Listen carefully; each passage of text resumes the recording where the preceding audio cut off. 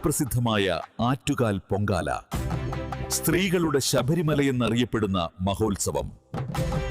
പാണ്ഡ്യരാജാവിനോട് പ്രതികാരം ചെയ്ത് മധുര ദഹിപ്പിച്ച ശേഷം കണ്ണകി കോപത്തോടെ കേരളത്തിലേക്ക് വരികയായിരുന്നു. വഴിമധ്യേ ആറ്റുകാലെത്തിയപ്പോൾ ഭക്തർ കണ്ണകിയെ ആദിപരാശക്തിയായി കണ്ട് പൂജിച്ചു. പൊങ്കാലയിട്ട് ദേവിയെ പ്രീതിപ്പെടുത്തി.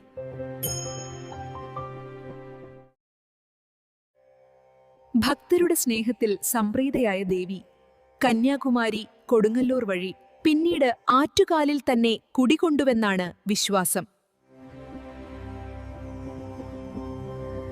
പൊങ്കാല സമയത്ത് പാടുന്ന തോറ്റംപാട്ടും കണ്ണകിയുടെ ചരിത്രം അവതരിപ്പിക്കുന്ന മധുര ദഹിപ്പിച്ച ശേഷം കൈലാസത്തിലേക്ക് പോകുന്ന ഭാഗം വർണ്ണിക്കുന്നു. ആറ്റുകാലമ്മയെ അന്നപൂർണേശ്വരിയായാണ് കണക്കാക്കുന്നത്. പൊങ്കാലയിടുന്ന ഭക്തരെ അമ്മ തന്നെ മക്കളെ പോലെ സംരക്ഷിക്കുന്നു എന്ന വിശ്വാസം. ആഗ്രഹ സാഫല്യം ലഭിക്കുമെന്നാണ് ഭക്തർ വിശ്വാസം. പൊങ്കാല ദിവസം തിരുവനന്തപുരം നഗരം മുഴുവൻ ഭഗവതിയുടെ സാന്നിധ്യം കൊണ്ട് ഭക്തിസാന്ദ്രമാകുന്നു. ആറ്റുകാൽ പൊങ്കാല വിശ്വാസത്തിന്റെയും മാതൃസ്നേഹത്തിന്റെയും മഹോത്സവം. ആറ്റുകാൽ അമ്മയുടെ അനുഗ്രഹം നിങ്ങളുടെ ജീവിതത്തിൽ നിറയട്ടെ. ഇത്തരത്തിലുള്ള വിശുദ്ധ കഥകളും മഹോത്സവങ്ങളും അറിയാൻ ഇപ്പോൾ തന്നെ സബ്സ്ക്രൈബ് ചെയ്യൂ.